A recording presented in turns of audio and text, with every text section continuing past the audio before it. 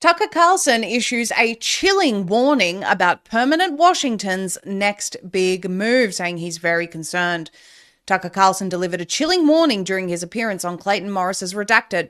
He asserted that the deep state has made a calculated decision that plunging the world into World War III is their last chance to stop Trump from exposing their crimes. Those people, out of options, have decided the only way to stop Trump and having their crimes revealed is with a world war, Carlson concluded. Let's take a listen. I am very concerned that the people who have hated Trump for 8 years and run out of ways to destroy him, indicting him, well, first calling him a racist, spying on him with the federal intel agencies, sicking the FBI on him, trying to put him in prison, then trying to kill him at least twice, probably more, actually, but at least twice. And that those people, out of options, have decided the only way to stop Trump and the disclosure that a Trump administration will bring, once again, disclosure is what they fear, having their crimes revealed, that the only way to stop Trump is with a world war.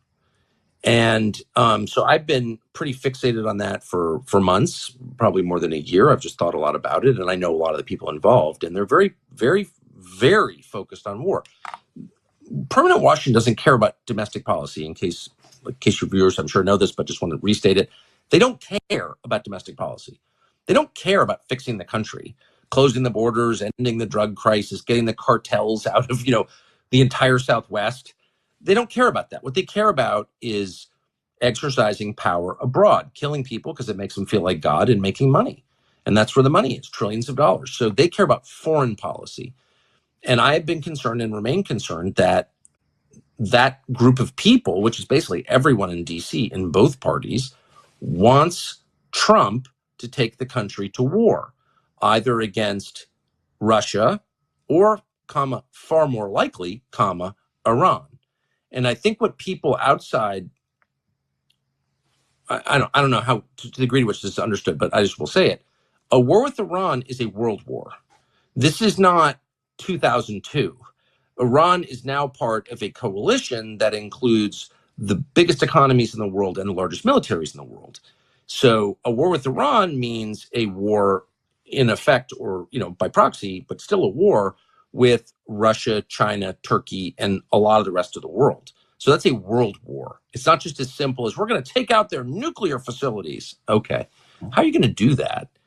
And how are you going to ensure that doesn't destroy the United States in the process? And of course, they don't care whether it destroys the United States. That's the actual answer. They don't care. And if they cared, they would pause and think about it. But anyway, I don't want to be bitter about it. But to me, it's really simple. Anybody who would even consider having a war with Russia or Iran should not be in any position of power at all in this administration or any other administration. It's super simple. And I think especially Ukraine is so obvious. Now, there is some debate on Iran, and I'm not endorsing Iran. I'm not a Shiite. But there's really no debate at this point about the debacle that has been Ukraine. Ukraine's not going to win. It's just completely destroyed Ukraine. It hasn't crushed Russia. It's really hurt the United States. So anyone who can't say that out loud should not have a job in the federal bureaucracy. So that's my litmus test. It's not about people or personality. Right. Of course, I know them all, as I know you do too, and I like a lot of them. I even like some of the guys I disagree with. One in particular I like very much. Nice guy, good guy. But it's a simple, practical test for whether or not you should wield power. Do you have the requisite wisdom to lead my country? And if you're still defending the war in Ukraine, you do not have the requisite wisdom to lead my country. That's my opinion.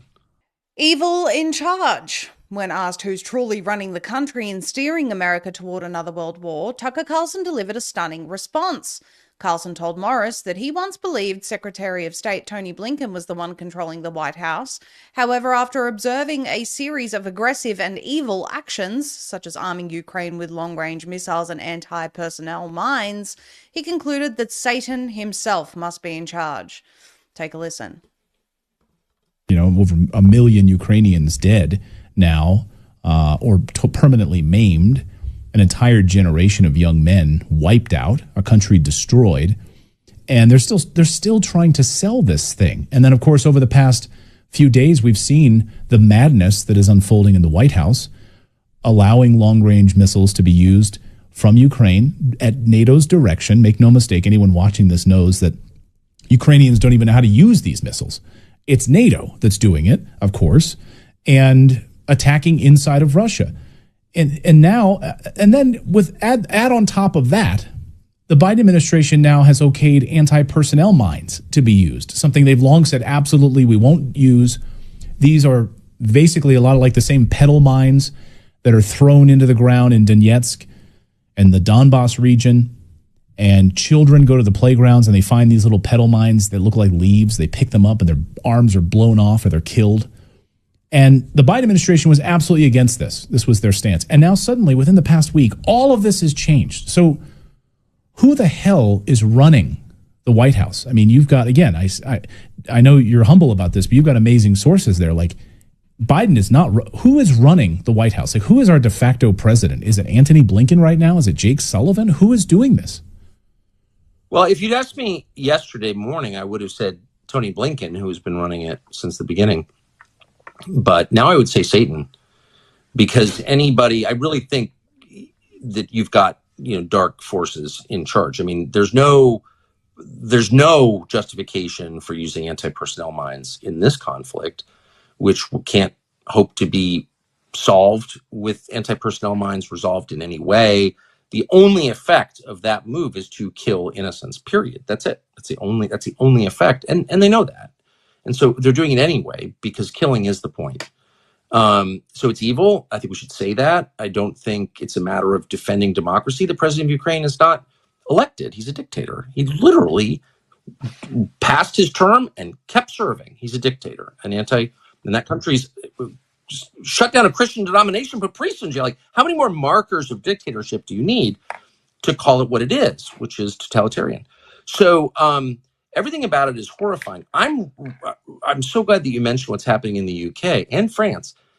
There's the complicity of Western European countries in this. Really, I hope books are written about it. But there's something about a dying empire, collapsing demographically, totally pointless finance-based economy, no self-respect at all, nihilism rising. There's something about that mix, the final days of a dying civilization, that causes it to lash out in this kind of orgy of killing for its own sake. It's really the darkest thing I could. It's like you imagine Rome collapsing and the Vandals toppling buildings and having orgies in the streets and all that stuff.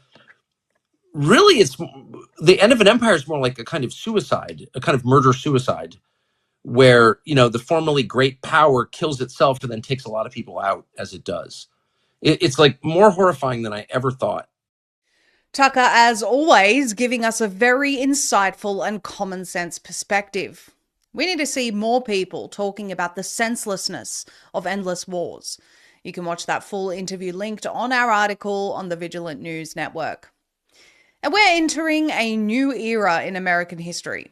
People feel confident and optimistic, but in my opinion, we can't let our guard down. We can't take anything for granted. That's why I have an emergency food kit from My Patriot Supply.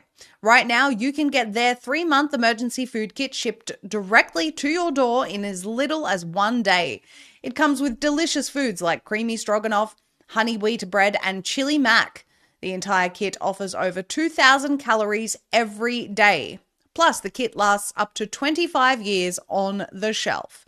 Who knows what the country will look like then, but when that day comes, you'll be ready. Go to preparewithvnn.com now to order your 3-month emergency food kit from My Patriot Supply.